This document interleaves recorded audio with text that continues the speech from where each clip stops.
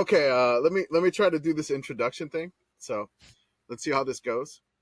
Good evening, everybody. This is June 21st, 2023. This is Commish speaking. Jordan is out with injury.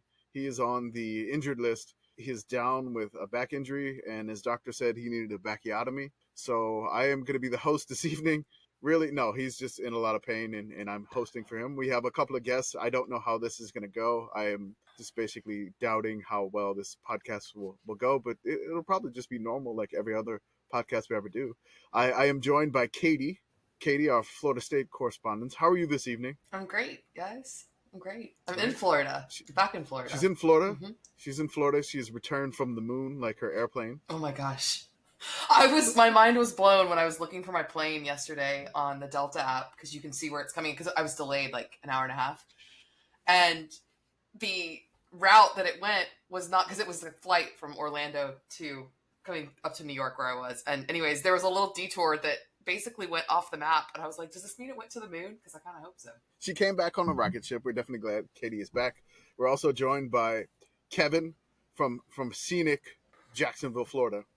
How you doing tonight, Kevin? I'm good. I was almost late to recording because I'm relitigating the entire 1982 season after the injustice we discovered on Sunday's recording, but I will probably turn that into a Substack piece at some point in the near fuure. All right. So we're going to redo 1982. I love it. Just the bowl picks. Just the bowl picks? Yes. Okay, all right. You're not going to go further than that. And I hope his metrics still leave out New Mexico and Tulsa. That would be extremely sickos. If his metrics still leave out. I can tell you it does not leave out Tulsa. I have not. I only have like 3 bowl games done. But okay. Well, Tulsa's already got a bowl bid in his fictional relitigation of 1982, which is fantastic.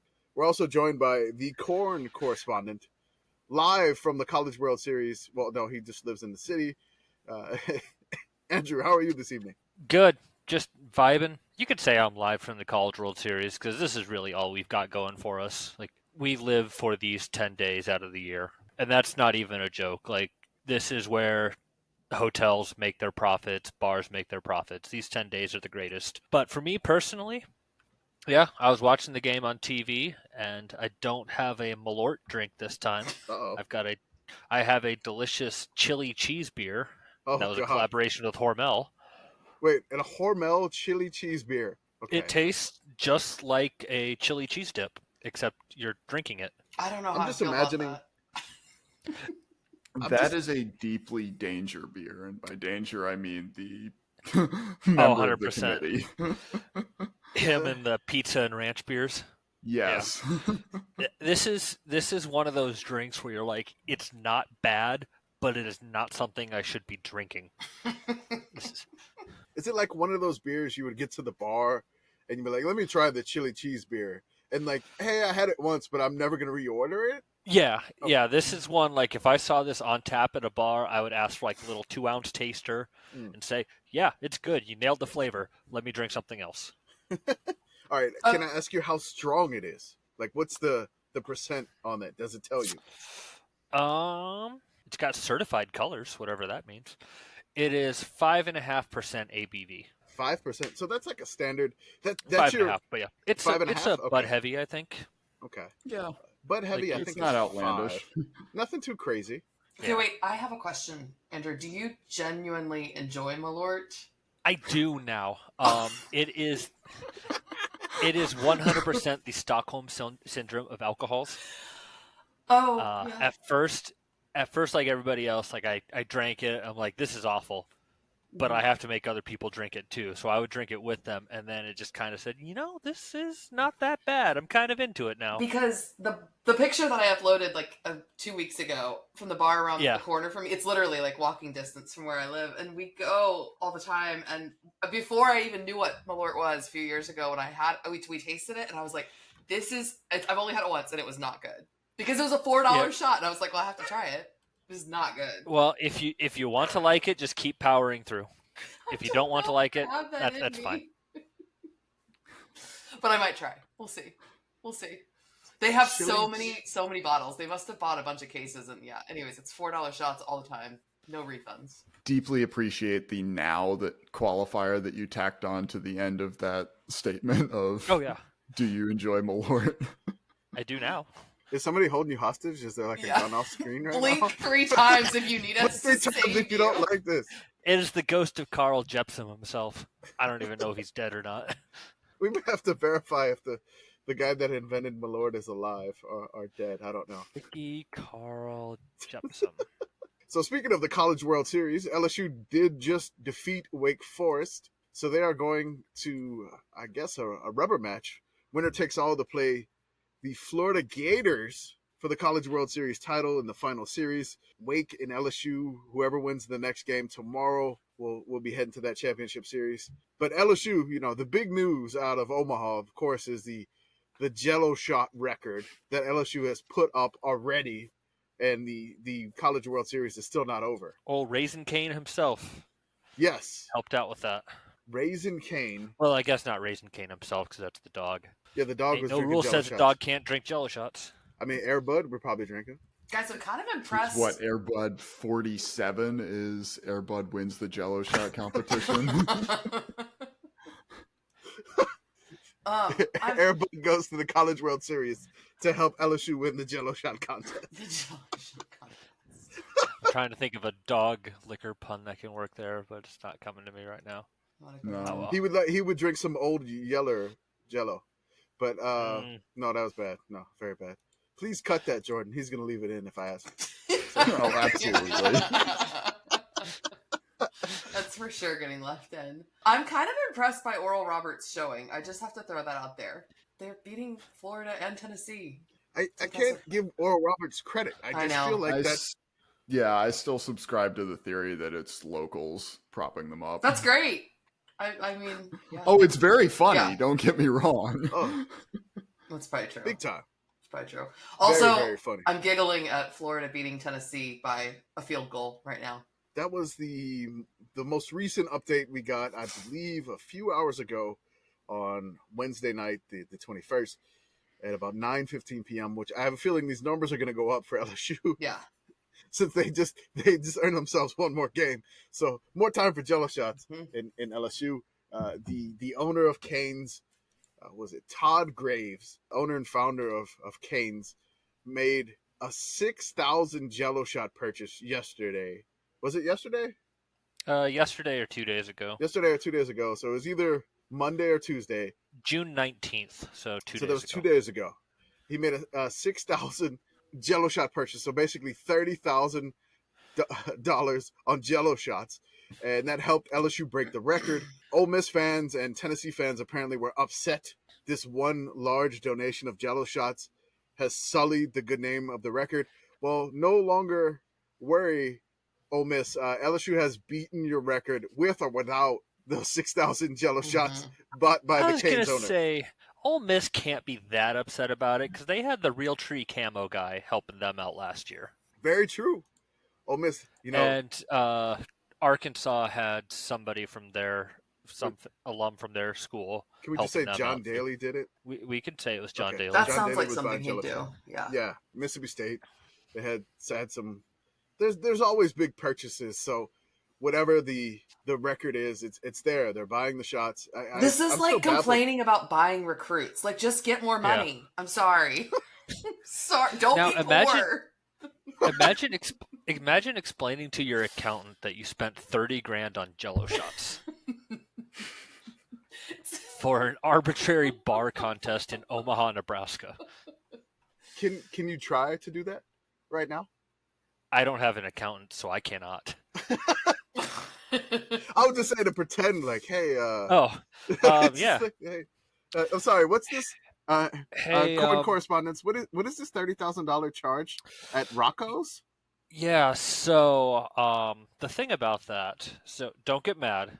It was for Jello shots, but before you get mad, okay. Proceeds do go to a food bank. Mm-hmm. So can we call this a tax write-off? I think we could. Charitable donation. Very creative. It's a charitable donation. So like you can fudge these numbers, right? Definitely. I will. I am your caniac, and I will definitely be cooking the books for you. Thanks. All right, we figured it out. Frying We those did. books. Well, we'll deep fry the books with no slaw, extra toast, or maybe more slaw. I don't know. So And absolutely no seasoning. no, see, gotta have the sauce. Mm. It's so good. Cane's is very good drunk food. I'll just say that. Like when it's like 2 a.m. and you just go through the drive-through. It's kind of like I don't think Cajun. our canes are open that late. Really? Okay. That again, this is me doing the New Orleans thing, like thinking everywhere is the same as New Orleans again. Like we have Cane's open to like 4 a.m. I don't know if we. I'm Yeah. trying to see if we have. Do we have them in Florida, Kevin? I don't think we do we? I don't know if I've seen one near me. Oh wait, There is one that closes at 2 a.m. there's one in Oh. there's one in Gainesville, and there's one in Clearwater. Yeah, I don't think there's one in Orlando. Gainesville makes sense. But speaking of you doing the New Orleans thing and assuming everywhere is like New Orleans, I saw a tweet one of the first days of the College World Series talking about how LSU fans don't understand that you can't walk around with open alcohol in Omaha. I did see that as well. No, this is But this is one of those, like, if it's not enforced, is it really a rule? no. I mean, Mardi Gras, which basically parades go through the neighborhoods in New Orleans, and then it'll eventually make its way to downtown on like Canal Street and the French Quarter area. But like you're just sitting there relaxing on the neutral ground, or if you're on the sidewalk side. Sorry, the neutral ground is a median for everybody else. Oh, You know, okay. the neutral ground, because there's history to it, but we just call it the neutral ground. So you're just out there just drinking, have a good time, have a canister open like it's nothing. The fun part is when my dad used to take me on vacations and we'd go to different, parts of the country where the liquor laws and the, open container laws were just crazy and different. So we went to the Basketball Hall You of mean Fame. they exist? Yeah, they exist. I think in New Orleans they don't. I was gonna say, I think most places you cannot do that. Is my understanding, and New Orleans is the exception as opposed to the rule. Maybe Yeah. New Orleans, Savannah, Las Vegas. I think those are the the exceptions. Hmm. Those are the ones I know about. Yeah, And like growing up as a kid, you don't know this until you leave, man. Like, I mean, you don't realize this. So we went to the Basketball Hall of Fame in like Western Massachusetts, which is like Springfield, Massachusetts. And then we go eat at some chain restaurant right next to the Basketball Hall of Fame. And my dad starts walking out with his beer. And he starts walking out and he gets to the host station, asks the guy, was like, "Hey, can I get a to-go cup?" And the guy's look was just basically like, my dad was an alien. like where the fuck are you from? How dare you? A to-go cup? What is a to-go cup?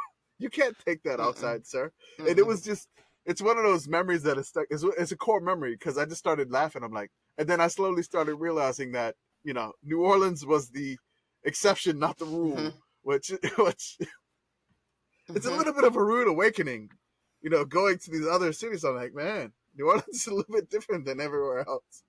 Guys, I once had to explain open container laws to my mother. This was back, I think it was a long time ago. Anyways, like 15 years ago or something. We were painting a room at a house I was renting or whatever, and we were leaving to go do something, and we'd had a margarita or something, and she wanted to bring it in the car, and I was like, "Mom, like, you cannot do that. It's definitely illegal." And she was like, "No, it's not. You're the one who's driving." And I was like, "No, you cannot have an open container in this car." And I was like, "Also, I have had a margarita." And she was like, "Well, if we get pulled over, I'll just tell them it's mine." And I'm like, "Mom, again, this is illegal." My sweet mother, bless her heart, had to explain to her what open container laws were. She was like, "So you just can't drive around with like an open beer?" And I was like, "No, you cannot." That is one of the things I like about Missouri is they allow for open containers too. So every summer we go down to Lake of the Ozarks for a weekend, and as soon as we cross that border, whoever is not driving immediately cracks open a beer. Tennessee is the same way. It's got to be because of, okay, in Missouri, I'm guessing it's because Budweiser. They've got to have lobbied like someone or something. In Tennessee, Maybe, actually, I don't know Tennessee because the county where Jack Daniels is a dry county, but maybe they've lobbied everything else. Anyways, yeah. When I lived in Missouri, I lived in St. Louis for a year, and I was like, "Oh, this is great. I love the New Orleans thing, which they had these in Monroe too, but like the drive-through daiquiris. Oh, yeah. The hack for the open container is if they tape the straw to the lid. So it's technically not an open container. As long as the straw is taped to the lid, it's not an open container. You can drive through and get some daiquiris. When amazing. Omaha restaurants were doing cocktails to go during COVID, that was one of their things too. Is like as long as the straw was taped to the lid, Hmm. you were allowed to take it with you. Actually, Yeah, we that got widely adopted during COVID. yeah, I was gonna but say, and I had only heard of it yeah, in Louisiana, and Houston was the other place I experienced it before COVID. yeah, Orlando, and I'm sure it was county by county, but we had relaxed open container laws where like you could take them from restaurants and walk around like the lake that was close by and have. Anyways, I don't know how much of that they put back, but yeah, it was very nice. Do a little happy hour walk. It was great. I do want to give a shout out to Wake Forest, though. I did not expect them to. I mean, they're at 6,986 shots as of this recording. I did think not that's the entire living alumni base. like what Mhm. like how many I think they consumed more Jello shots than they have actually enrolled students right now. Wake Forest enrollment. Oh, can I? It's definitely 89, smaller than that. 8950. So it's 8950. Okay. So Wow. they're about 2,000 away from their enrollment, Mm. which I think they may get it, which would be crazy if Wake puts up their enrollment numbers. I think we need to tweet that out to encourage them to show up.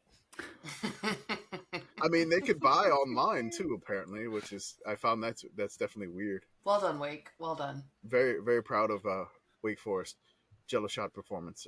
Nobody Yeah. else has really surprised me there. I thought TCU again solid third spot. You know, Virginia and Stanford, yeah, it's about right. Tennessee and Florida, I thought they would do better, but I'm Yeah, kind of disappointed. Kind of disappointed in Florida. Mm-hmm. TCU and Wake Forest and Oral Roberts is beating. That's yeah, guys. fantastic effort. I love this, and I mean, since you're at the College World Series, Andrew, you've gone down to get some Jello shots, right?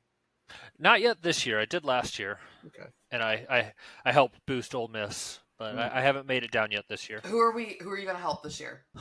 I mean, I kind of feel like I should help an underdog. So, like help LSU doesn't need help. So No. I don't Mhm. I don't need to help LSU. If it Mhm. was close, I would probably help LSU. But I don't know. I might buy one for Florida. Apparently, the machine lets you choose the alcohol. So I'll see if they can make me some Malort Can you- Jello shots Oh and my just gosh. toss them out to people.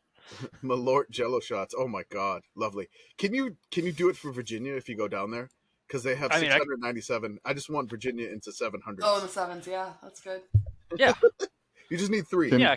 Do a Malort I trade. feel Can we Another leave it up Yeah. to the followers? Can we put Ooh. that out with the podcast tweet and let people lobby for what school Andrew should support? Mhm. We'll just put. I am more than down for that. Okay, we'll do that. That'd be fun. Let's let the podcast folks and the Twitter. We'll tell you who to vote for, and I don't know. We'll have them pick how many choices we got left. I think the poll lets you do 4. I am not But- putting Oral Roberts on there. I'm just gonna say that I mean, we can do they already We got can enough. we can just do top 2 and bottom 2. So you do like LSU, Wake, or Stanford and Virginia. Yeah. Mhm. That's fine. That'll be good. Let's move it on to the next section. We had our flag draft last podcast, and oh boy, did we have some flag opinions flying, which was fantastic. I really loved the flag draft. It was awesome. I enjoyed it. I have regrets.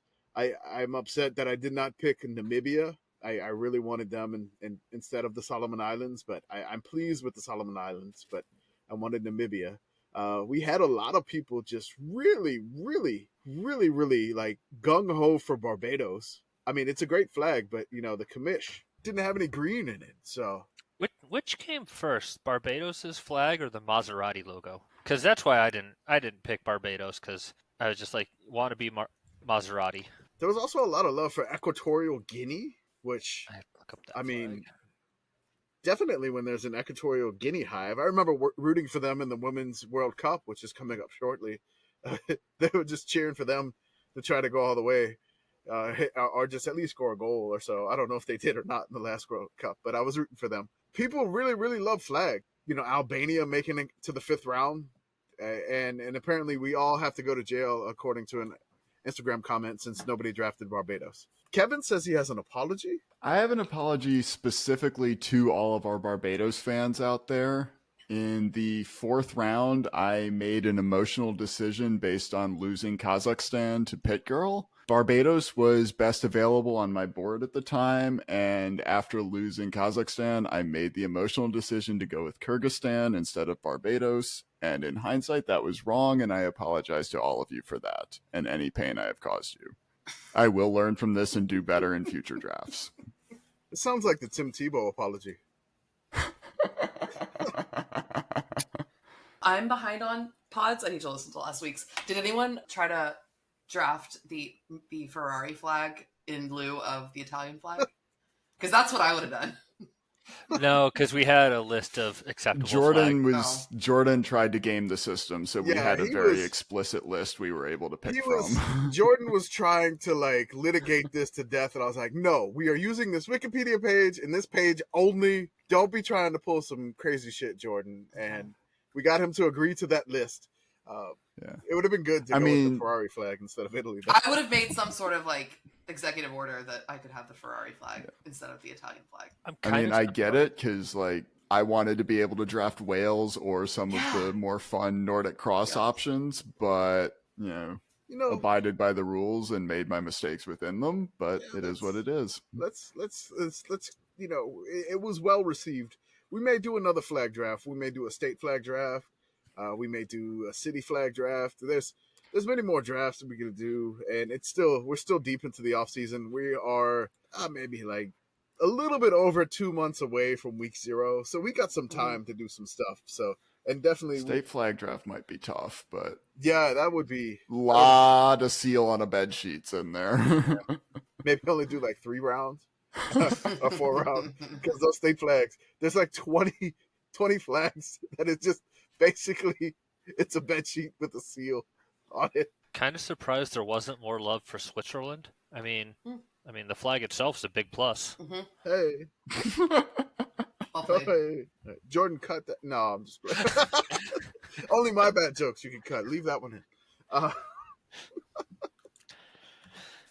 in. Today we did a couple of graphics today on the Twitter sphere, and oh my god, I feel like our mentions were just going insane with a couple of different things. The first thing we did was, I'm going to shift the order here on the notes. The first thing we did was part 5 of our non-NCAA championships. We didn't have 40 this time, but we did have a lot, and we posted those. There was a lot of comments associated with a few things. Some Kansas State fans were just amazed that they wound up on each individual graphic of the 5 each time, and so they're claiming the non-NCAA national championship because they made it to every single graphic, and they were the only school to do it. That's incredible. Is it the President's Cup? What's the thing that Stanford wins every year? Oh, the Director's Cup. The Director's Cup. So Kansas State, you win the Sickos Committee Director's Cup of non-NCAA Commish's Cup. We'll call it the Commish's Cup. The Commish's Cup. Beautiful. I like that. Thank you. Were there any of your favorites on this one here, or just of the few championships we had today? Do you have the graphic posted anywhere? Oh, there it is. Fascinated by Lunar tourism, personally, that Maryland won. Lunar tourism, okay. Is it like, just going to like the magnetic North Pole? I really don't know what these are. Like some of these I just don't know. And Jordan I haven't looked into it. I just saw it right now, and I deeply need to know what that means. Yeah, that one's interesting to me. I do love the idea of dance your PhD. That's got to be awesome, because that's been going on for years apparently. Yeah, which is absolutely incredible. Like you submit your thesis and then you do an interpretive dance for your thesis. And Oregon won it, and then Jordan put like the picture of Puddles, the Oregon duck, there, and I was just imagining the Oregon duck dancing for his doctorate. Wait, what logo is that with sails? With just sails next to it? Dayton. That's a deeply, deeply Dayton That thing, feels very too. Ohio. That feels very Ohio. My dad's a Dayton alum, so I had to send it to him. I was like, congratulations on your sales national title. It was like, go Flyers, baby. One of my coworkers is an MIT alum, so I sent her the NASA Mars homesteading championship. And she never responded. I just sent it to her and said, hey, congrats. She never responded. Yeah. Incredible. Hey, congrats on your homestead. No response. Another graphic we put out today was one done by one of our Patreon members, Grant. He did the math and calculations. So we put out the ones for the Sunbelt school closest to the nearest Piggly Wiggly. We did the Mac school closest to a CVS. And this one we did Big 12 schools ranked by how many punts it would take to get to the nearest Culver's. And Grant did the calculations for this. He did the average punt for each team's punter. Oh my gosh. And then measured it from the stadium to the nearest Culver's. And we posted that, and oh my God, did that just take off? We got retweeted by Culver's themselves. That's amazing. Okay, I love that he did the average punt length for each of the punters at the school. I would have found some random number, but that's amazing. Good job, Grant. I love that. Good job, Grant. Honorary sicko. Well, no, he is a sicko. He's in the sicko, committee. yeah. He's in the Patreon. Oh, good job, Grant. Join the Patreon, and we will inspire you to do weird sicko things and make graphics about them on your behalf and post them. Mm-hmm. Wow. Yeah. Yeah. The Rutgers one is making me laugh. 14,641 punts. That's so far. I don't even know what's the nearest one to Rutgers. I don't know, but I'm surprised it's that far because I have 5 separate Culvers within half an hour of me, and I live in Florida. Yeah, there's like two that are like within an hour of me. Closest one, there's 23 in Ohio, 16 in Kentucky, Okay. Mm. and 14 in North Carolina. So one of those states. It's probably Ohio, but yeah, I don't know. Yeah, Maryland's a little bit closer, so I mean, think maybe Ohio. You would you're punting your way from Maryland to Ohio. It's a long ways. Yeah, 14,000 punts is definitely an RSI. Somebody was like, "Hey, you got to factor in that there's some hills in these cities." I'm like, "No, we are not doing topography, elevation." Yeah, the closest one is probably either East Lake, Ohio, or Canton, Ohio. Go to the NFL Hall of Fame and punch your way from Hold Maryland. on, though. I have a question about these hills. Like, how are hills going to affect? I mean, mountains maybe. Well, I don't know. That's a crazy. Okay, no, we're not factoring that in. No, Katie, remember they follow the Sickos Committee. They're probably a little bit off like us. Crazy like us. A little crazy like us. We're not talking about a run game. We're talking about punting. Wisconsin just really upset. All in the mentions from this, just being ranked 5th. Oh, because there must not be a Culver's in. Oh, yeah. Yeah, there's one about like 3 miles away from the stadium, but it makes them 5th. Yeah. Apparently, there was at one point in time an Iowa coach left Iowa and to run a Culver's franchise. Good for him. I bet he has a happy life. I guess so, man. Having some cheese curds. Mm-hmm. I mean, Wisconsin, pull a Mercedes-Benz Stadium and just put it in the stadium. Mm-hmm. You know, they got a Chick-fil-A in the stadium that's open on Sundays. Put a Culver's in your stadium. Solve the problem. Make it 0 Like Katie punts. said earlier, stop being poor. Stop being poor, y'all. The Atlanta Braves have a Waffle House in their new baseball stadium, and I wanted to hate on it, but it's great. It's honestly great. It's a good choice. It's a very good choice. I'm still laughing that this guy was like, "I'm done working with Kirk Ferentz. I am gonna open my own Culver's." I'm telling you, he probably has a better life. His life's probably great. They interviewed some of his employees. He's a friendly boss. Sometimes he talks to us as if we're his team. So I think he kind of brought that with him. It's amazing. You learned from Kirk Ferentz on how to coach your Culver's employees. Love it. Congratulations to our friend Lucy. Yes. On winning the closest Culver's by punts. Also closest. Appropriate that I don't know if it's appropriate or not that it's by punts with Iowa. It should be longer maybe. They should be in Rutgers' spot because they like to punt a lot. I love all the quotes. It's like, this stat is Midwestern as hell. Mm-hmm. Yeah, it's Big Ten. It's Big Ten, man. That was the point. That's the point. Let's do that. I think we have one coming up a little bit later. We're still working on it. I think our friends at CFB Home did one associated with Publix and the Florida schools. So love that. Stadium to Florida schools. So I know South Florida is probably going to be upset here. I'm just going to say that. So it's going to be a lot of fun there. And we may get that out eventually. I don't know, depending on how Jordan's back is acting up here. When I was at Florida State, there's a Publix that's really close to campus that we referred to, and I'm sure it's still referred to as Club Publix, because it was like the hoppin' Publix that all the college students went to. It was fun. It was very fun. Club Publix. Club Publix, yeah. So you did that too, right? Like it's 2 a.m. and there's only like Walmart open, a Publix open, and everybody would just walk around. No, it was just the one. Right. No, it's still closed at 10 p.m. I'm sure, or 11 maybe. Maybe 11. Well, maybe it got a little wild and stayed up until 11. But yeah, they were. Monroe had a 24-hour Walmart, and it's like 3 a.m. and you're just getting out of the club, and like everybody's done with the club because the club's closed at 2, and then just people start walking around Walmart. I don't know if I don't think I ever did that. I'm trying to remember. I don't think we did that. Storm Lake was like that too. We went to Guthrie's because I think Guthrie's was open until 3, which was a chicken place. Delicious. But yeah. Hey man, let's go to Walmart. Like what? Like we just left the club. Walmart, it's open. It's open, baby. All right, did everybody see this Nick Saban VR boxing video from Christmas? Yes. And that's been hidden from us? I mean, it's kind of like I didn't watch the whole thing, but yeah, I saw parts of it. The baby Gronk video was from like March, and it just surfaced recently, right? I think it was from like a long time ago, right? I think it was. I don't know. I refuse to learn anything. I'm not. No, I am taking. It's bad. I'm pretty sure the video is from like March, and it just surfaced, and everyone was losing their minds. Everyone was like, "This has been up for a while." I'm done. Yeah, I don't want to talk about that. We can't tweet because apparently they'll find us, so I don't want to say it either. But yes, this is Nick Saban doing some VR boxing, which it looks like it was Christmas time, which is great. I don't know how good his form is. It looks like from one of his daughters tweeted this, so he's putting his hands up, and I don't know. Would you rate his form? I don't know much about boxing, so I'm the wrong person to ask.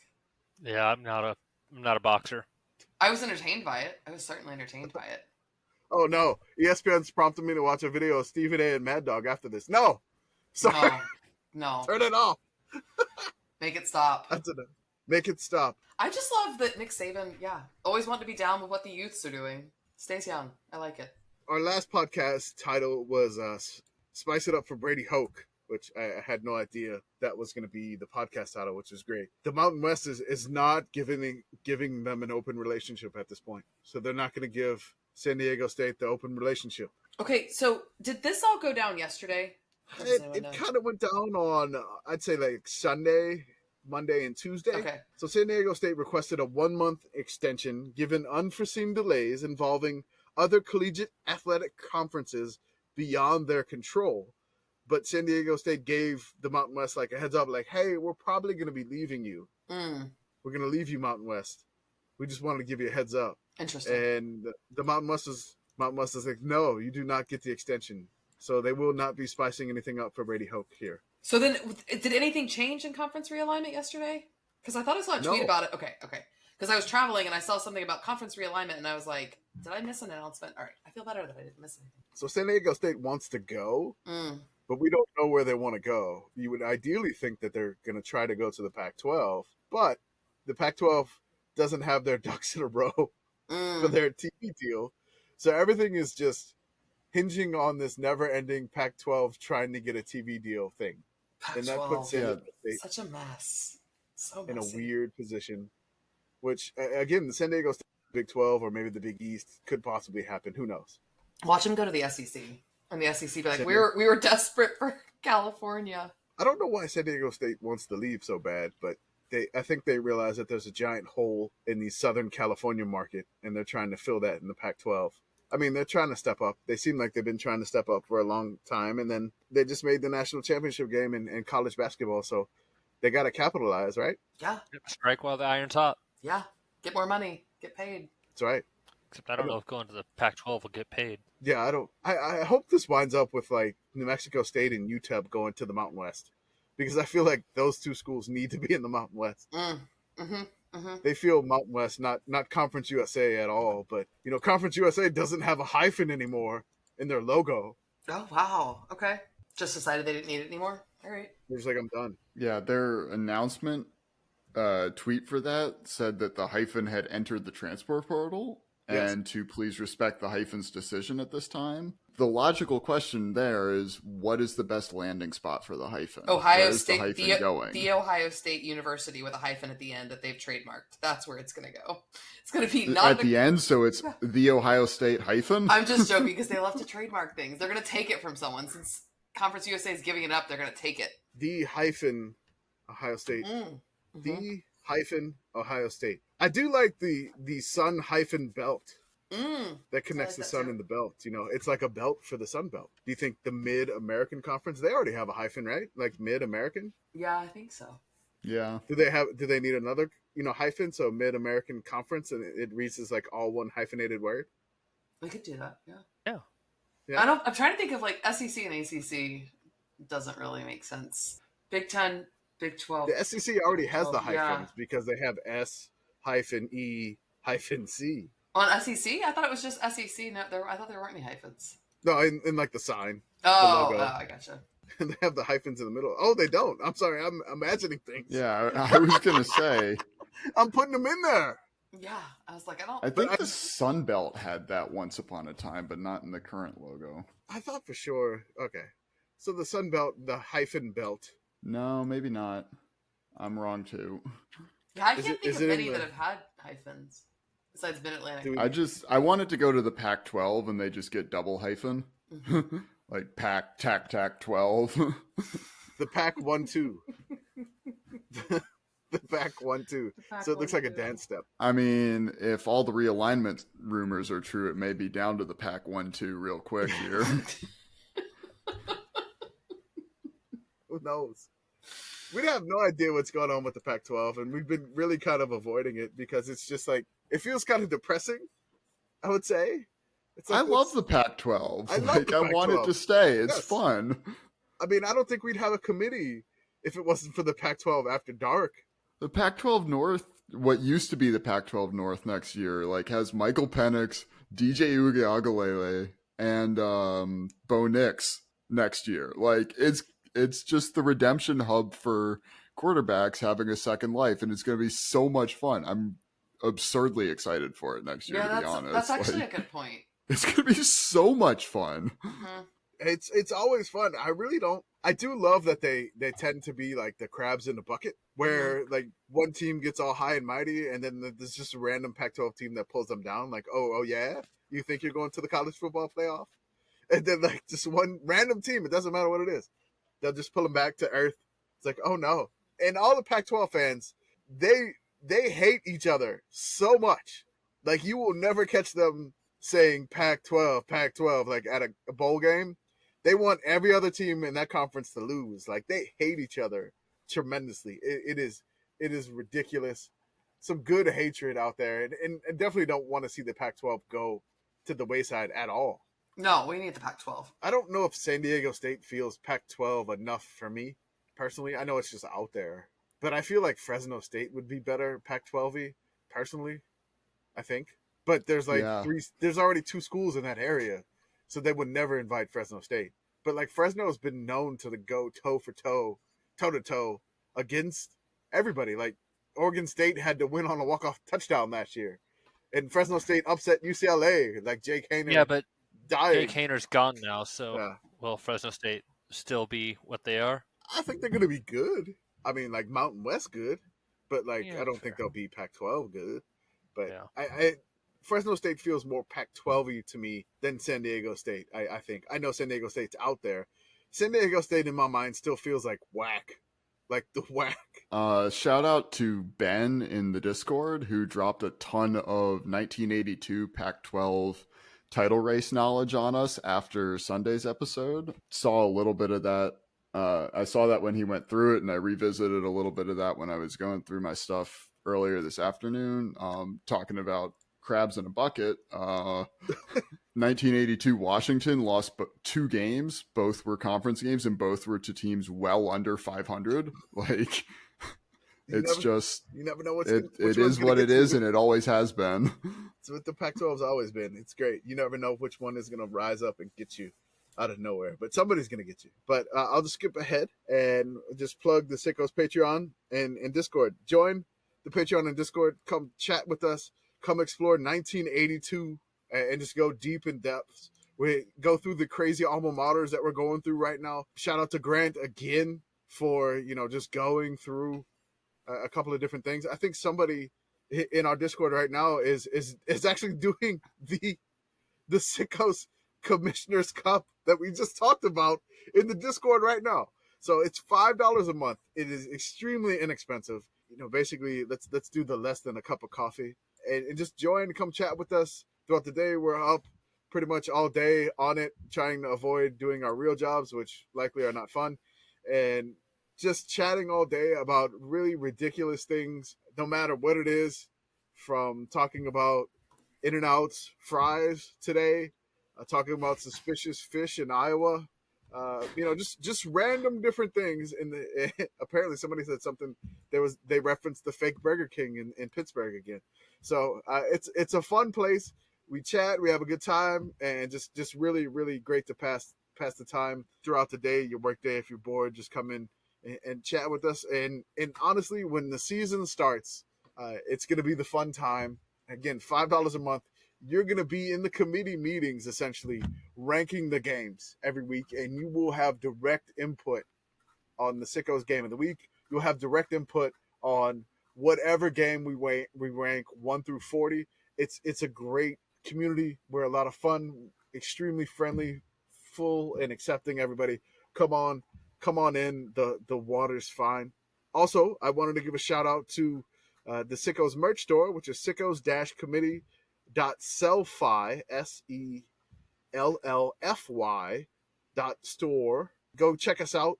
I just made a couple of different things. We have a Sickos Committee tote bag, because, who doesn't like a tote bag? Everybody needs a tote bag. Go buy your groceries with the In This House tote bag. Let everybody know that in this house, the Sun Belt is the fun belt, and weeknights are for the MAC, along with the other, Pac-12 After Dark, Hawaii is the nightcap. Love all of that stuff on the In This House for the low price of just basically $25. Also wanted to give a shit. I love my Sicko stickers. I love my stickers, and I get lots of compliments on them. They're in my fridge. I still need to get some stickers. I've been a bad committee member. The corn correspondent needs a Sicko sticker with corn. Mm-hmm. Yeah, we got a bunch of stickers. We have a bunch of stuff licensed by, Ward Sutton, Stan Kelly, his character Stan Kelly. We signed a licensing agreement to make the Sickos #1 football fan. We have a Sickos basketball fan. We have a whole bunch of different logos, and you can buy the stickers. I got one on my laptop right now, which I can't turn around to put on camera to show everybody, but it's the normal circle logo that we have. Extremely low prices. I think the most expensive item we have in the store is like $32. And it's just some good stuff to support the committee, help us travel in the future, which, again, all these profits and proceeds that we get, we're going to use this to travel to come to you, to come to whatever random Sickos football games we can afford to go to and attend, and who knows where it grows from here. So any purchases that you make, we definitely appreciate it, and they definitely do help the committee grow, and maybe we'll be something bigger than what we are, which we just reached 90,000 followers, which Andrew and Kevin have been here since the beginning. Can you ever imagine 90,000 followers on Twitter? No, not even a little bit. No. Nope. I think the account was created and we had maybe 10 followers or whatever. And we all knew each other. We all knew who the followers were, and now we're this. We're getting retweeted by Culvers and stuff. It's crazy. I should have paid attention to how many followers there were when I started following. I think it was early on. I think you were in the first season we started tweeting, Katie. I think you were maybe within the first 2,000 or 3,000 followers. Yeah, I feel like it was pretty early. Very early on. I think we won you over with that 3-yard punt by Central Connecticut. Probably something stupid. The most memorable one forever is the GIF. The GIF was just so good. Yeah, that one was the mayonnaise again. dip. I know.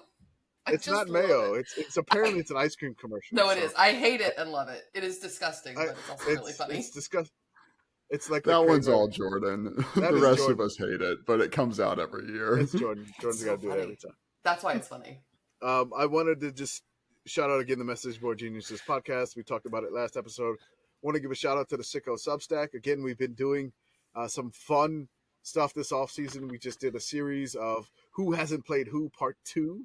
We talked about a couple of different matchups. We got some fun stuff coming up for the one part 3, which will probably be dropping Monday. Go ahead and sign up for the free Substack. I'll definitely have to get with Kevin a little bit further, and we're going to start spreadsheeting the potato chip ratio, which we're still working, which is apparently a massive undertaking, which I have underestimated how bad this would take, and I'm willing to put in the manual spreadsheeting work. Everybody's like, no, it's easier, and I'm like, I'll do it manually. I don't care. I am the commissioner, and I will do this the hard way because I am not talented spreadsheeting wise. Hopefully that'll be coming out in the next month or so. I don't want to put any pressure on it. And then finally, this is the ad read portion of the Sickos podcast, but we are a part of the Home Field Apparel affiliate program. We have a code for your first purchase at Home Field. It is yes, ha ha ha, yes, for 15% off. It is good off of your first order at Home Field Apparel. If you're a Tennessee or Maryland Terrapin fan, they have a refresh of their collections coming out this weekend. There is a Cherry Bowl shirt for Maryland, which is a Cherry Bowl ringer t-shirt. It says Cherry Bowl number 2. It's like the Roman numeral 2. It's a ringer tee. It is amazing. It is beautiful. It was the last Cherry Bowl that they've ever had. So they only had 2 Cherry Bowls. They had one in 1984, and there was only another one in 1985. The original Cherry Bowl was Army versus Michigan State. This one was Maryland versus Syracuse. And the Cherry Bowl took place in Michigan, which was an interesting place for a bowl game. I'll just say that. We're not counting the Cheribundi Tart Cherry Bowl? No, that was different. That's the Cheribundi Boca Raton Bowl. Oh. Yes. Yes. Are you drinking it looks like you're drinking out of like a spaghetti sauce jar, but okay. Oh, no, this is just an Nalgene now. Oh. I finished the beer, now I'm drinking real water. Oh.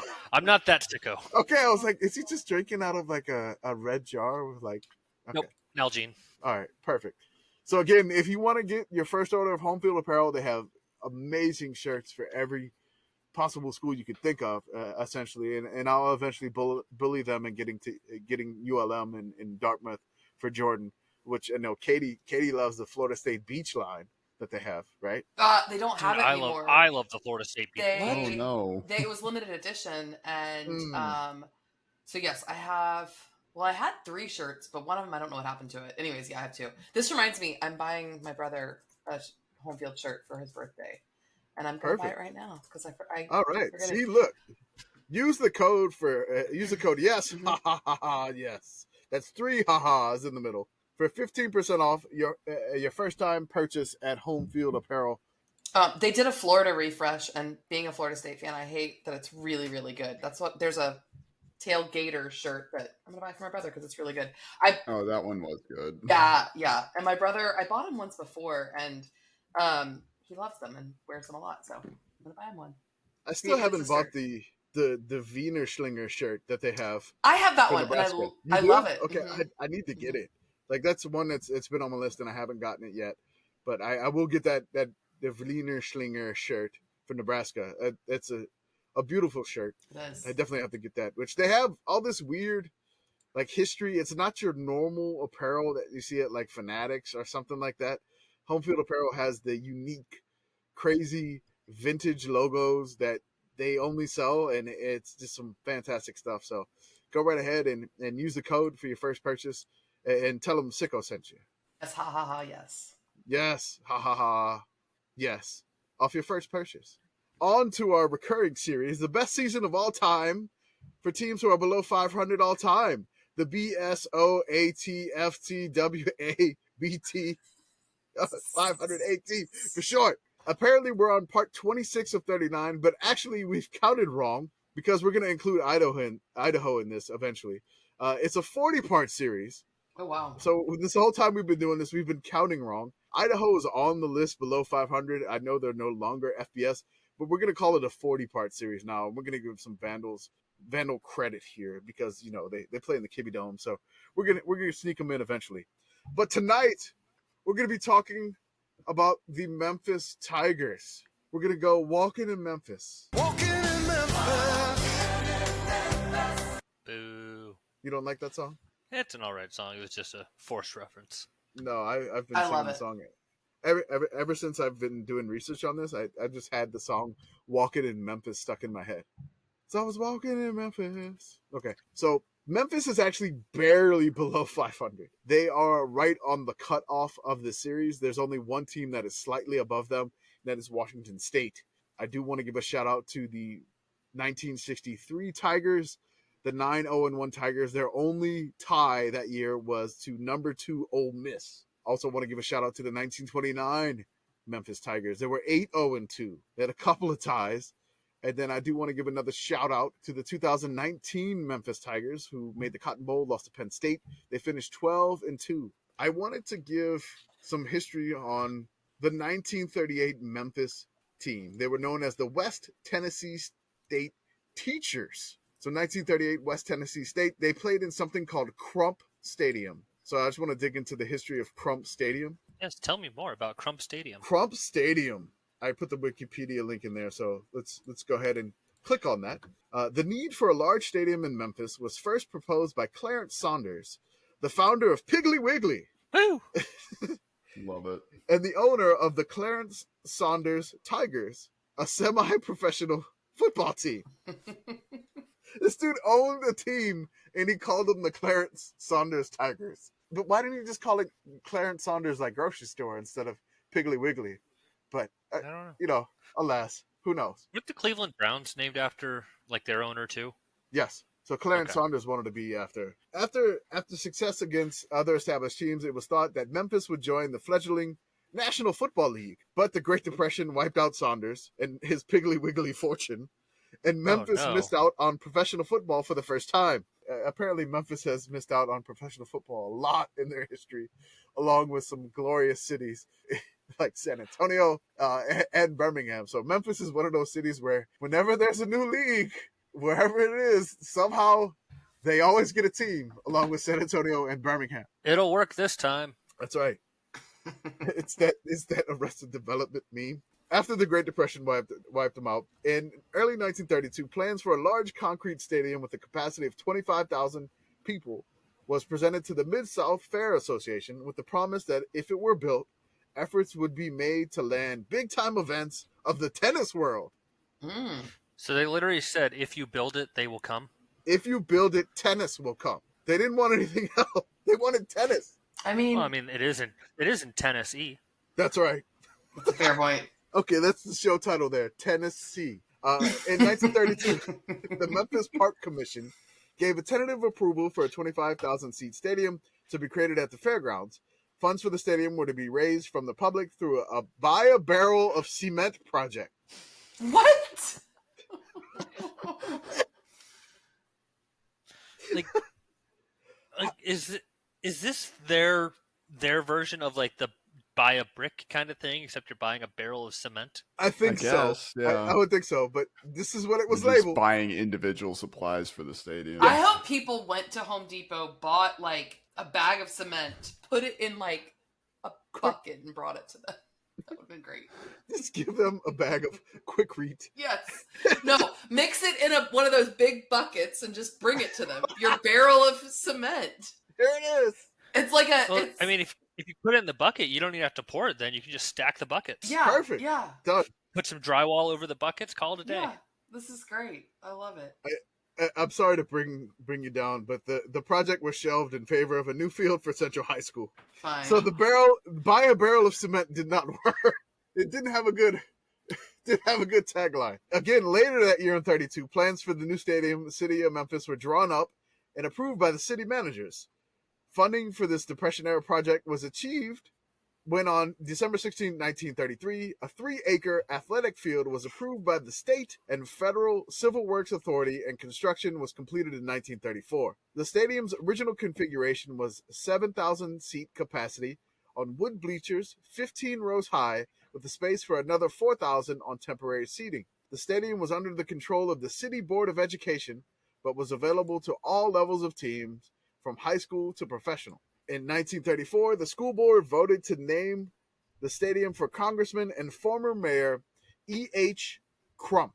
So I want you to take a look at at this thing. I was like, you can see Crump there and there, but click on his Wikipedia photo. Oh wow. Oh, all right. Katie, Wait. have you seen it? No, I'm on the I'm Crump. waiting for Katie's reaction. I'm on Crump Stadium. Where can I find I'm sorry, y'all. I'm being a boomer Scroll down right a now. little bit. Go back to the show Never notes. mind. She's like, oh. Like, Buddy. Oh, bless. like that looks like a generic like Batman style mayor. All I see is Mattia Binotto glasses, but which actually I don't know if any of y'all get that Formula One reference, but I got it. yeah, Oh, I'm aware. This is bad. Yeah, this is not good. He looks like a fake villain for sure. He looked like he got electrocuted. I'm Mhm. just gonna say that. But And then you scroll down a little bit more, and he's got a James Bond look from 1915. Mm-hmm. What happened over 30 years? And a unibrow or a bad shadow, I don't know. Oh, this is buddy. some crazy stuff. He's got some eyebrows, man. Guys, there's a This guy- statue of That him. is a serious chin If dimple, you too. keep going down, there's a statue of him, and this looks rather generous, the way this statue is styled. When you said he looks like a generic villain, I was scrolling to see if there was a controversy section on Wikipedia. There probably is. There probably is.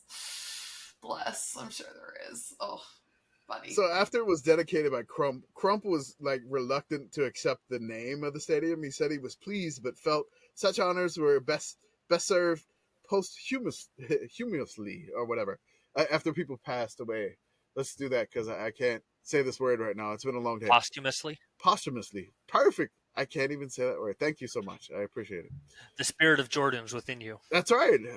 Whatever. It's been a very long day at this point. The next day, the final approval of $35,000 was granted by the Civil Works Authority, and the project began. Yes, Katie. I'm reading about his legacy really quickly. He was a strong supporter of fire service, and to this day, they have one of the best. Sorry, their fire department was considered one of the best in the country, and it still has a high reputation. Also, he thought that cities should not be too noisy, and Memphis still has strong noise ordinances that are more aggressively enforced than those of many other jurisdictions. I appreciate that. I zeroed in on that fact too. I'm like, I can't hate this guy. No. He's not a villain. It's great.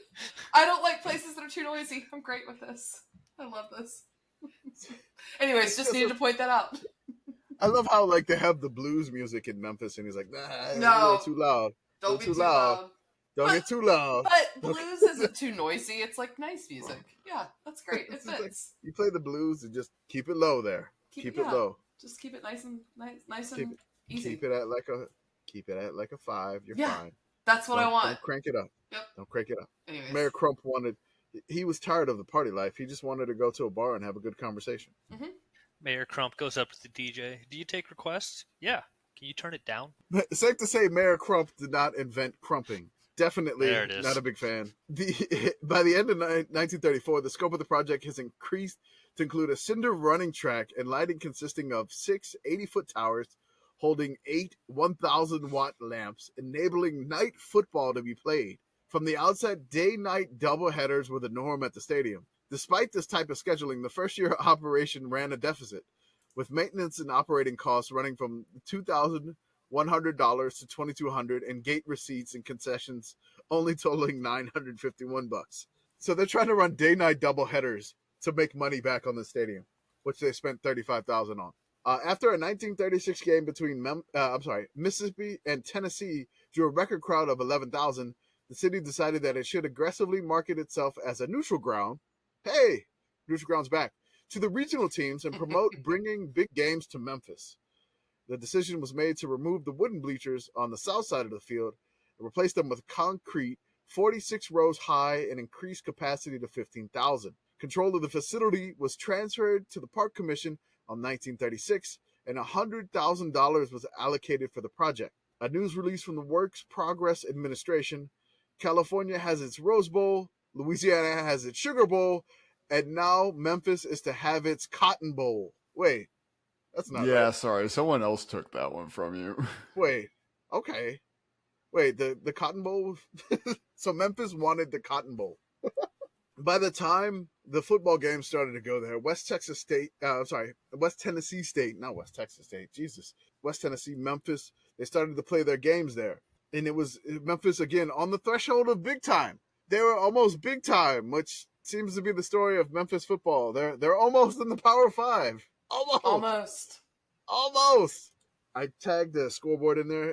It just basically, the funny thing about it is like Crump Stadium, and there's like this weird like, metal fence thing that just had Crump Stadium's name on it, and that was still up in like 2006. So regarding them calling this the Cotton Bowl in August of 1936, the first Cotton Bowl was played in Dallas, January 1st, 1937. So they did technically have it first.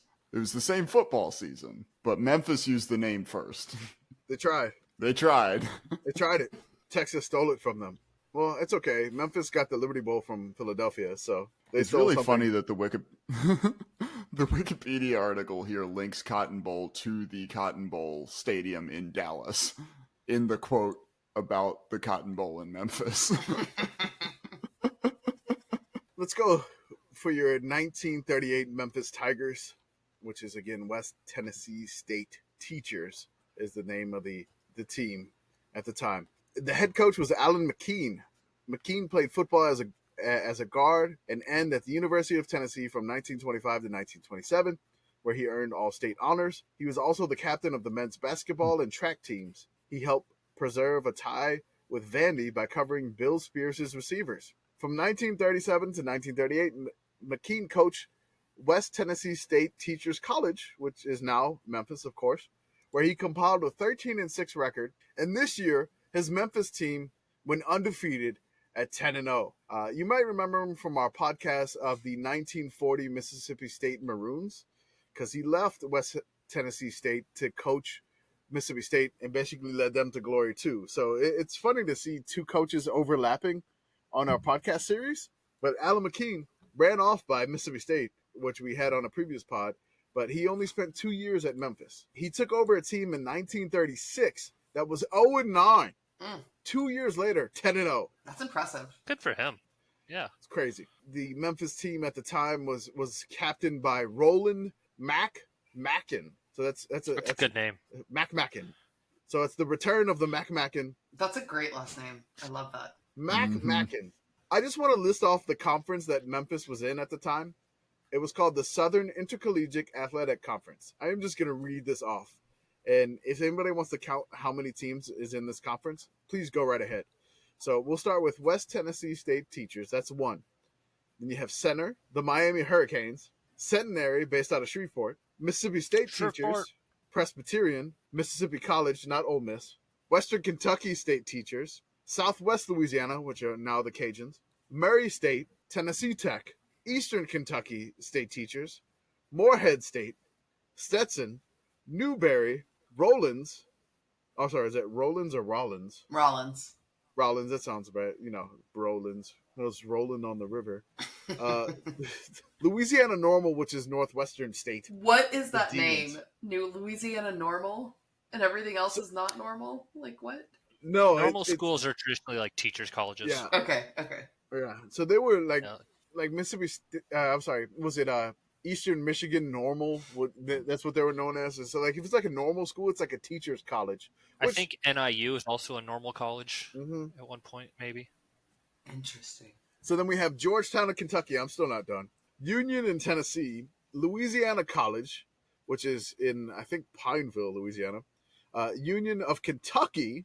So you have a Union, Tennessee, Union, Kentucky, Transylvania, Louisiana Tech, Delta State, Oglethorpe, Middle Tennessee State Teachers, Howard out of Alabama, Emory and Henry, Louisville, Troy State, Jacksonville State. I believe it's Erskine, or is it Erskine? I think it's Erskine. I think. Okay. Tampa, Wofford, and Millsaps.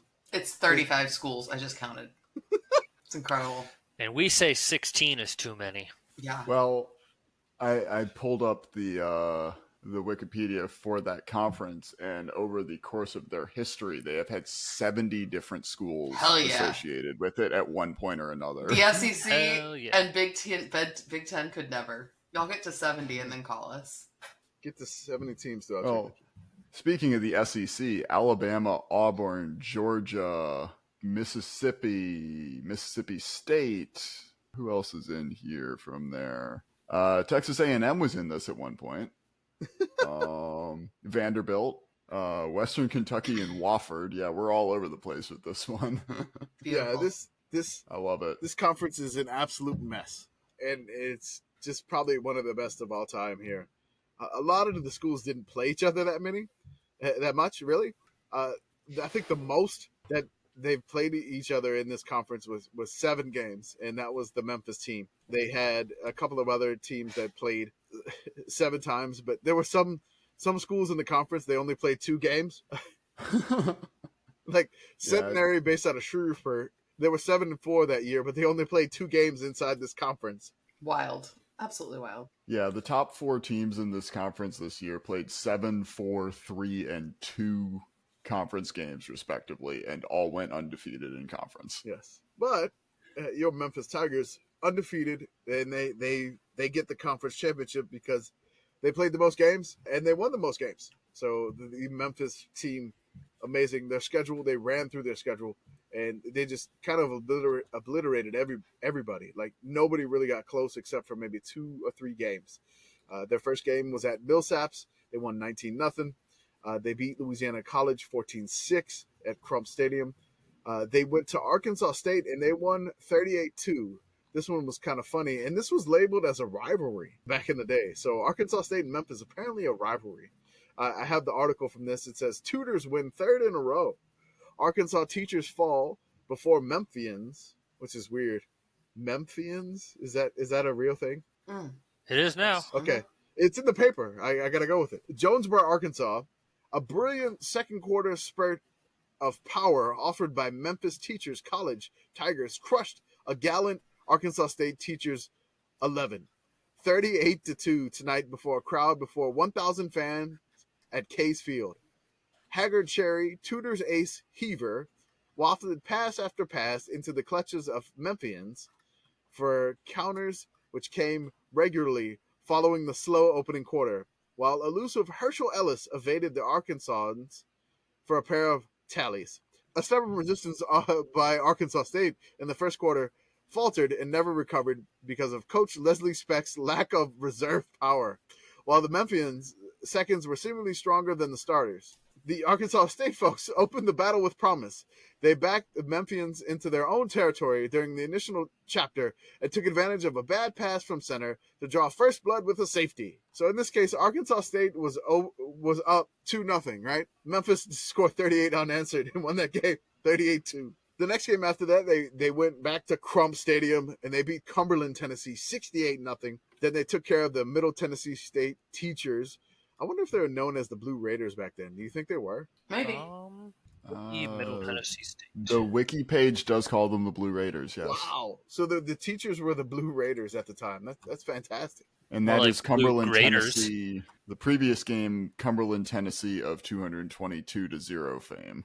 Yes. They lost 68-0, which is just nothing compared to that 222. That's the same Cumberland, yes. So they were known for taking some big blows, apparently. They went to Tennessee Tech. They won 26-13. Then they went to go play Arkansas A&M. Arkansas A&M, I just want to say that is the Arkansas Monticello Boll Weevils. Shout out to the Boll Weevils. Anytime we get a chance to mention the Boll Weevils, we have to talk about them. Gotta. Then they went to Troy State. I'm sorry, they were still at home against Troy, and they won 20-6. Union, Tennessee, they won 13-7, and then they finished the season to go 8-0 by beating Delta State in Cleveland, Mississippi. So I have a photo of the Crump Stadium from 1934, what it supposedly looked like. So there was That's not a bad stadium. It's a nice little postcard of the stadium. Yeah, it's kind of pretty. The stadium lights, decent for 1934. Mm-hmm. Oh yeah, good Michigan could never. stuff. Michigan could never. Well, I mean Northwestern, they don't want to even. Oh yeah, Michigan does have lights now. Northwestern could never. I wanted to say like this. I found a yearbook. It was called the DeSoto Yearbook. Let me see if I can plug that in real quick. I love the Boll Weevils every single time. So much. The mascots are just amazing. It's like the Lady Boll Weevils. Another one's in the uniform. It's fantastic. So I have the yearbook here. So they have a picture of Captain Roland McMacken and just basically with the DeSoto Yearbook, which apparently that's the name of the yearbook. It's just DeSoto. So it says only about 40 people knew last September that State Teachers College would have an undefeated season, and they were the players and coaches who made the season successful. When the Tudors whipped Millsap College 19-0 down at Jackson, Mississippi, few seem to think of the times not very long past where to win one game was almost unbelievable. So keep in mind, the yearbook realizes 2 years ago we were 0-9, and then they just went around and turned 10-0. It was incredible. When the Tudors made their inaugural appearance at the Fairgrounds night, September 24th, many fans were agreeably surprised at the way in which this team clicked. Haggard Cherry, that's his name, a newcomer to the squad. His name was Haggard Cherry. It's a great name. He amazed the crowd by his ability to run, pass, and block. Skeeter Ellis, one of the best climax runners seen in Memphis, amazed the crowd by his long runs, which was set up by the great teamwork of the rest of the squad. Coming from behind, the Tudors defeated their opponents, Louisiana College, by a score of 14-6. For the second straight week, the Tudors had come from behind to defeat a better-than-average squad, a team from Jonesboro, by the score of 38-2. Returning to Memphis the following week, the Tudors went after the scalps of Cumberland University and came out of the track meet with 68 points to 0 for their opponents. The first real test of the Tudor strength came at Crump Stadium the next Friday night. Oh, they're playing Friday night games. Against the heavier and larger squad. The teachers were able to defeat the Middle Tennessee State children, by 25-7.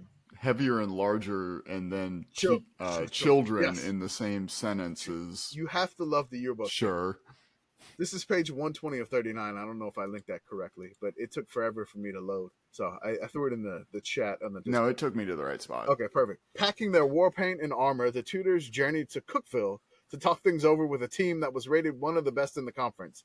But when the candles were blown out that night, and large glow was still coming from the scoreboard, which said that Memphis boys had won 26-13. At Crump Stadium the following Saturday afternoon, the Tigers defeated the Red and White boys from Arkansas A&M by the score of 50-0. By this time, everyone was beginning to smell an undefeated season. They had won 7 games and seemed to be getting stronger every game. Ellis was still piling up touchdown after touchdown, and the band was learning to play Flat Foot Flugie better. I have no idea what that song is, and Jordan needed to be here. Jordan, can you input like Flat Foot Flugie if you can find it in here?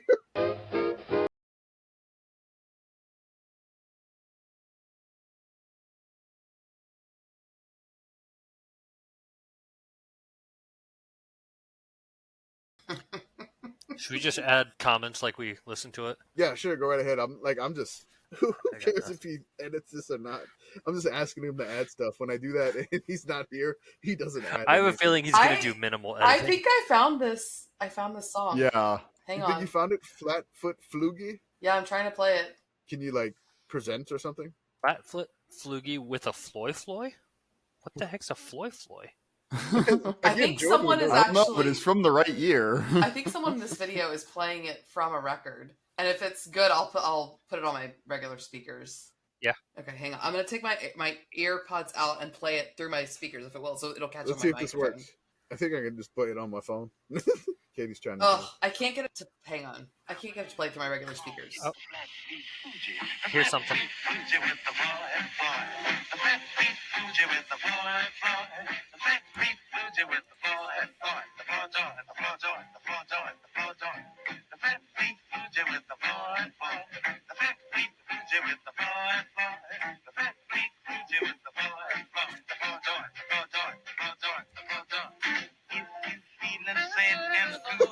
This is so ridiculous. I love it. That needs to be the name of our episode. Flatfoot Flugie. Flatfoot Flugie. With a Floy Floy. That's right. All right. So like you might recall that Skeeter remarked over the radio that that was all he needed when he was playing. So this was their hype music. This was their hype. Well, it peaked at number 2 on the U.S. charts in 1938. I love when we do these old, these old teams. Like we go through the 1980s and 1990s charts, but we've never gone deep in like the 1938 charts here. So we are jamming with the Flatfoot Flugie. The song's gonna be stuck in my head tomorrow. jamming. This was the hype music of the 1938 Memphis team. Skeeter loved it, apparently. I'm gonna stop that. That's so good. I love it. It was so good. Oh man, it was amazing. He said it was just waiting for the band to play the song and then he could really go. So this was basically the hype song for Memphis. Maybe this was, let them play Neck or whatever. Let the band play Flatfoot Flugie. That's right. Let the band play this. The Warriors from Troy, Alabama were the next hit and run victim of the Tigers. A hit and run. When the battle was over, the Tigers had victory number painted 8 on their walls. Teachers 20, Troy 6. Most people were beginning to believe that all good things had to end the following weekend. It looked like the powerful Union University squad might make the Tigers' roar just a little quieter. After starting off like a house of fire and making it 13-0, the Tigers seemed to bog down and were very glad to get out of the game with their 9th victory, 13-7. In one of the muddiest games ever played, the Teachers played Delta State boys at Cleveland, Mississippi. Right at the start, Paul Hicks plunged through the center of the line for a first down on the Generals' 10-yard line, but the pig began to squeal, and someone turned him over to the Delta boys. My God, I can't. I mean, as soon as somebody says pig began to squeal, like I have images that. Man, I wish I would never saw that movie Deliverance. I'm just gonna say that. We watched that in school, man. Make you squeal like a pig. Squeal like a pig. Somebody at the half, the score was 0-0. At the beginning of the fourth quarter, Skeeter Ellis, all jacked up by the Flatfoot Flugie, was sent into the game with his clean and dry suit. He made a jackknife dive around right end and hit the bottom of the pool at the sidelines, and then started swimming for the other end of the pool and got there and found himself alone with 6 points on the scoreboard. Not long after that, one of our boys found himself in the way of one of their kicks and got 2 more points for his efforts. Teachers 8, Delta State 0. To sum it all up, State Teachers Tigers scored 281 points to their opponent's 41. Ellis was a member of the SIAA All-Star team, and Roland McMacken, return of the McMacken, was a member of the All-Second team. By the time the season was ended, there was much talk about a postseason game with San Jose State College in California, but for some reason, this game was not played. So they missed out on a bowl game. You may have to do the repeat of that, the 1938 season too, Kevin. Man, I don't know if I'm going to be able to find enough for that. It took me a long time finding all the records for 82, and that was a little bit more published. Yeah, I mean, I'll see what I can find. So I threw in some pictures. Memphis State College undefeated team there. You can see like a team picture. I mean, I'm just looking at that picture, and oh my God, did it look like it was very hot. It just looked like they were just sweaty. It's incredible. And nobody has a matching uniform, I don't think. There's very few that have any matching uniforms. Undefeated. I mean, what do we feel like those jerseys were made out of back then? I have no idea. Nothing breathable, right? Burlap. Yeah. It's not great. Yeah, I don't think that was great at all. Looks hot. Looks very hot. Very hot. You're sweaty. It's Tennessee. What do you expect? Just not necessarily, it doesn't even look like they have any of those jersey holes or anything like that they had back in the 80s. I also got, from the yearbook, basically just showing them putting on their cleats. And then there's the coaching staff. There's McKean, Jimmy Grisham. There's the basketball coach. I was going to say, scroll down past it and take a look at the basketball uniforms for me real quick. Let me get to the basketball unis real quick. Drop a picture in the Discord here. Were knee pads common in basketball back then? God, it's like a wrestling singlet. It's a wrestling singlet. And there's knee pads. Those are shorts. what we like to call hot pants. Those are definitely hot pants. That's some hot pants. And at least one of these freshmen is 40 years old, too. Mm-hmm. For sure. I love the picture of, they have a picture of everybody that was on the team with an action shot. It's absolutely fantastic. Mm-hmm. I mean, which one's your favorite? I don't know. Which one is yours? I kind of like Farino's dive, but also Calhoun doing the jump pass. I do love a good jump pass. Calhoun doing the jump pass is great. I like Ellis because there's somebody else in there, and he looks like he's just having a lot of fun Oh, yeah, jumping over. he is frolicking He over is him. frolicking over everybody.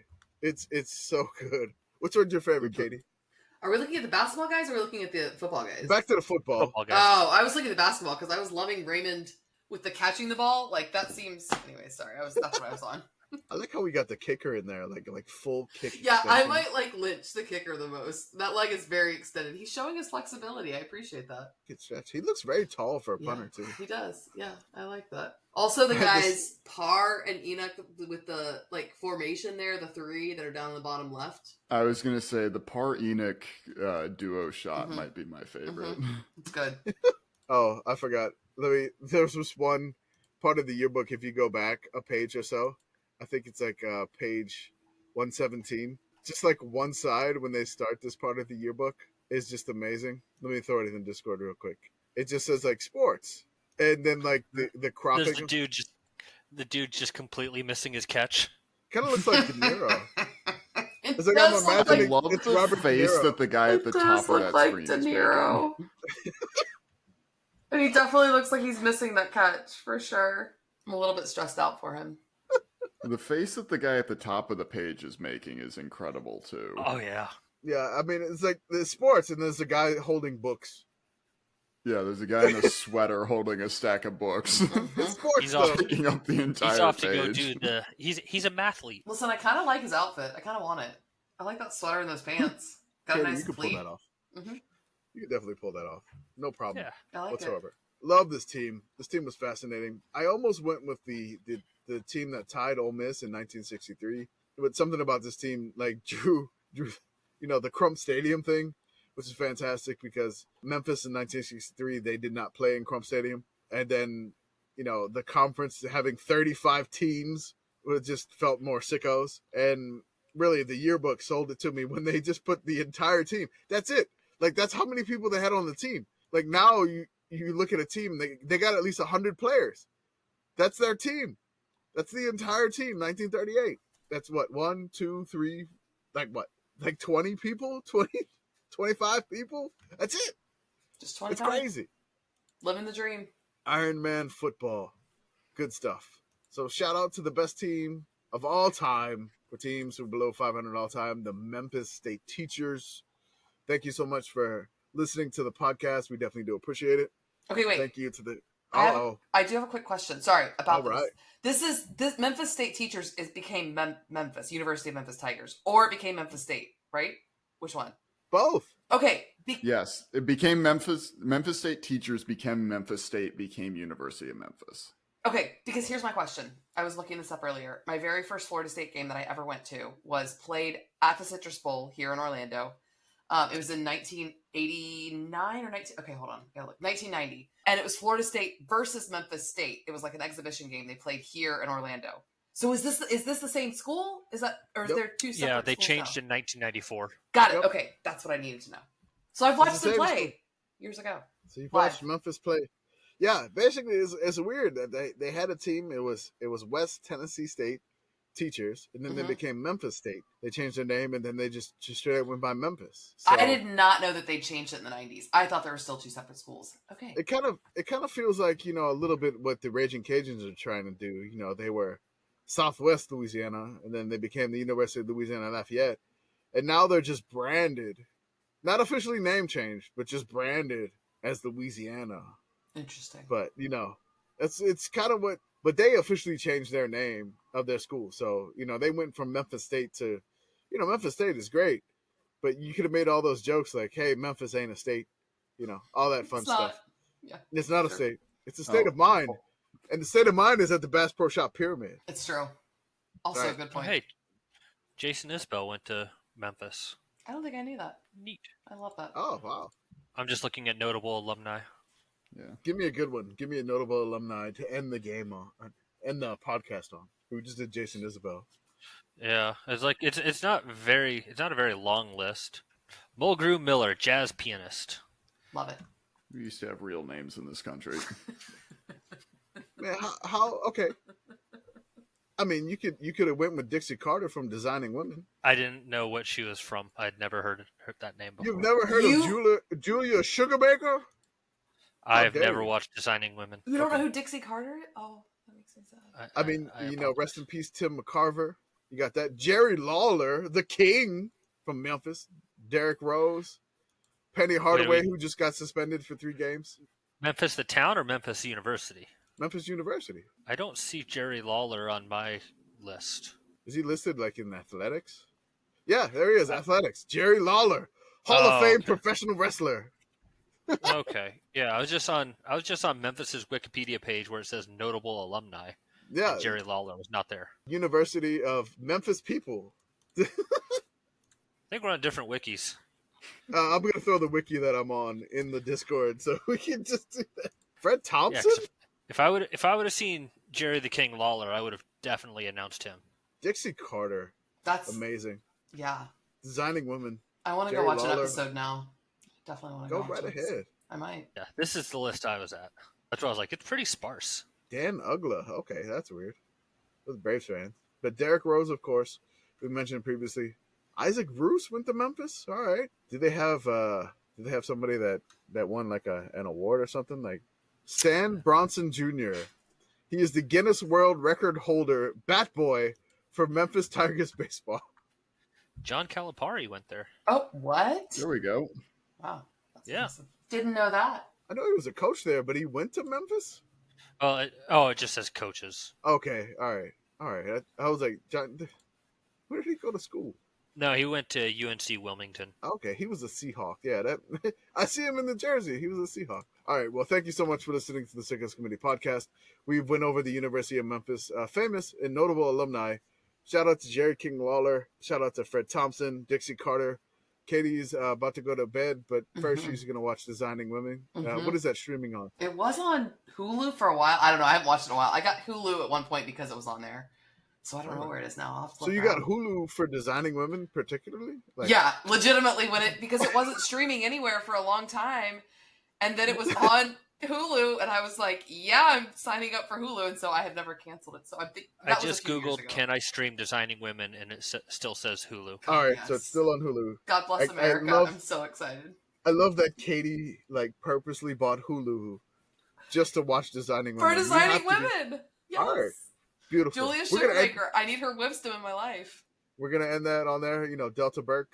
We're gonna shout out to them and Meshach Taylor. Love that show. Fantastic. But thank you so much for listening to the Sickos Committee podcast. Thank y'all, and y'all have a great evening or morning, whatever you listen to this. Bye.